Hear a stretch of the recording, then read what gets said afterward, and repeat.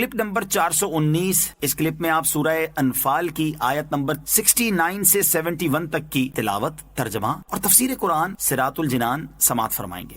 بسم اللہ الرحمن الرحیم۔ ترجمہ، اللہ کے نام سے شروع جو نہایت مہربان رحمت والا ہے۔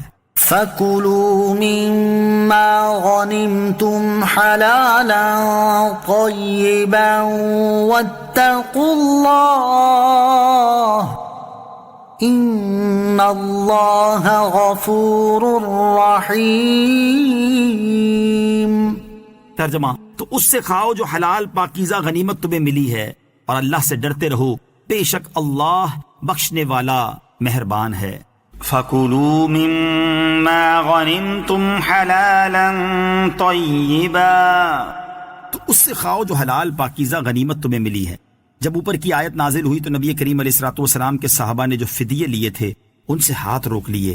اس پر یہ آیت کریمہ نازل ہوئی اور بیان فرمایا گیا کہ تمہاری غنیمتیں حلال کی گئیں، انہیں کھاؤ۔ صحیح بخاری اور صحیح مسلم میں حضرت جابر بن عبداللہ رضی اللہ تعالی عنہ سے روایت ہے، رسول اللہ صلی اللہ تعالی علیہ وسلم نے ارشاد فرمایا، میرے لیے مال غنیمت کو حلال کر دیا گیا جبکہ مجھ سے پہلے کسی کے لیے بھی حلال نہیں کیا گیا۔ یا ایہا النبی قل لمن فی ایدیکم من الاسراء ان یعلم اللہ فی قلوبکم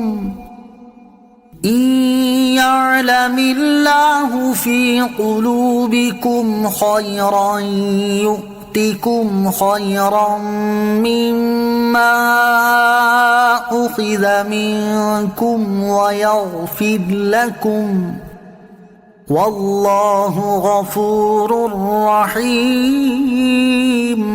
ترجمہ، اے نبی جو قیدی تمہارے ہاتھ میں ہیں ان سے فرماؤ، اگر اللہ تمہارے دل میں بھلائی دیکھے گا تو جو مال تم سے لیا گیا اس سے بہتر تمہیں عطا فرمائے گا اور تمہیں بخش دے گا، اور اللہ بخشنے والا مہربان ہے۔ یا ایہا النبی، اے نبی۔ شان نزول، یہ آیت حضرت عباس بن عبد المطلب رضی اللہ تعالیٰ عنہ کے بارے میں نازل ہوئی ہے جو سید عالم علیہ الصلوۃ والسلام کے چچا ہیں۔ یہ کفار قریش کے ان 10 سرداروں میں سے تھے جنہوں نے جنگ بدر میں لشکر کفار کے کھانے کی ذمہ داری لی تھی، اور یہ اس خرچ کے لیے 20 اوقیہ سونا ساتھ لے کر چلے تھے، لیکن ان کے ذمے جس دن کھلانا تجویز ہوا تھا خاص اسی روز جنگ کا واقعہ پیش آیا اور قتال میں کھانے کھلانے کی فرصت تو مہلت نہ ملی، تو یہ 20 اوقیہ سونا ان کے پاس بچ رہا۔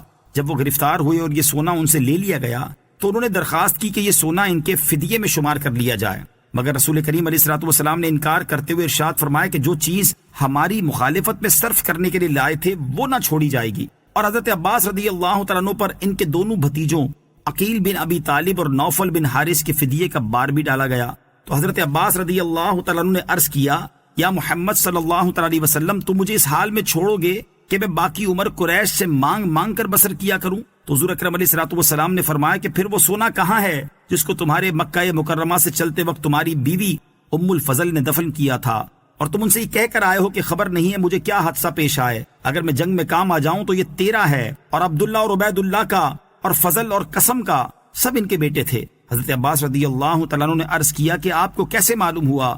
حضور پر نور علیہ الصلوۃ والسلام نے فرمایا، مجھے میرے رب عز و جل نے خبردار کیا ہے۔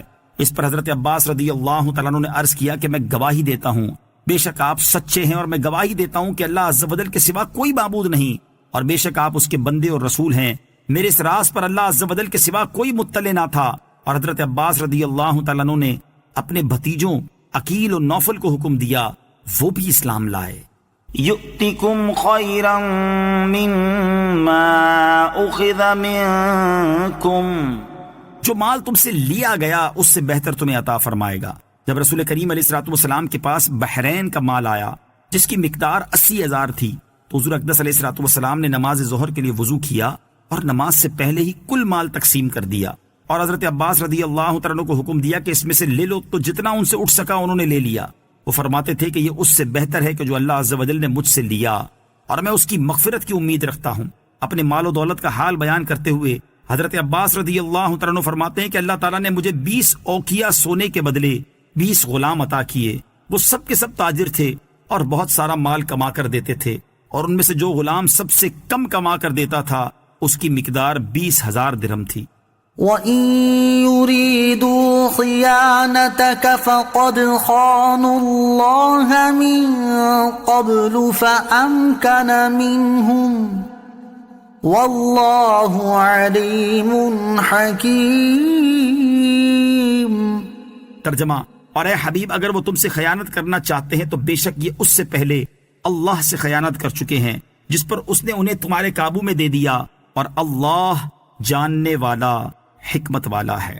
وَإِن يُرِيدُوا خِيَانَتَكَ، اور اے حبیب اگر وہ تم سے خیانت کرنا چاہتے ہیں۔ اس آیت میں ذکر کی گئی اللہ تعالیٰ اور اس کے رسول سے کفار کی خیانت کی ایک تفسیر یہ ہے کہ اے حبیب صلی اللہ علیہ وسلم اگر وہ قیدی تمہاری بیعت سے پھر کر اور کفر اختیار کر کے تم سے خیانت کرنا چاہتے ہیں تو آپ اس پر غم نہ کریں، کیونکہ یہ لوگ میثاق کے دن مجھ سے وعدہ کر کے دنیا میں پہنچ کر پھر گئے، جس پر اللہ تعالیٰ نے انہیں تمہارے قابو میں دے دیا، جیسا کہ وہ بدر میں دیکھ چکے ہیں کہ قتل ہوئے، گرفتار ہوئے۔ آئندہ بھی اگر ان کے اتوار وہی رہے تو انہیں اسی کا امیدوار رہنا چاہیے۔ دوسری تفسیر یہ ہے کہ جب رسول اللہ صلی اللہ علیہ وسلم نے کفار کو قید سے آزاد کیا تو آپ نے ان سے دوبارہ جنگ نہ کرنے اور مشرکین سے معاہدہ نہ کرنے کا عہد لیا تھا۔ اس پر اللہ تعالیٰ نے ارشاد فرمایا کہ اے حبیب صلی اللہ علیہ وسلم اگر انہوں نے عہد کی خلاف ورزی کر کے آپ سے خیانت کی ہے تو آپ افسردہ نہ ہوں، یہ لوگ پہلے اللہ تعالیٰ سے بھی عہد کر کے اسے توڑ چکے ہیں۔ مصیبت سے نجات کے لیے شکر گزار بندہ بننے کا عہد کیا تو مصیبت دور ہونے کے بعد اپنے وعدے کے خلاف کر کے کفر و معصیت میں مبتلا ہو گئے۔ اولاد کی نعمت ملنے پر شکر گزاری کا عہد کیا اور اولاد ملنے کے بعد انہوں نے اللہ تعالیٰ کی عطا میں اس کے شریک ٹھہرا دیے۔ صلو علی الحبیب صلی اللہ تعالی علی محمد صلی اللہ تعالی وسلم۔ مجھے اپنی اور ساری دنیا کی لوگوں کی اصلاح کی کوشش کرنی ہے انشاءاللہ عز و جل۔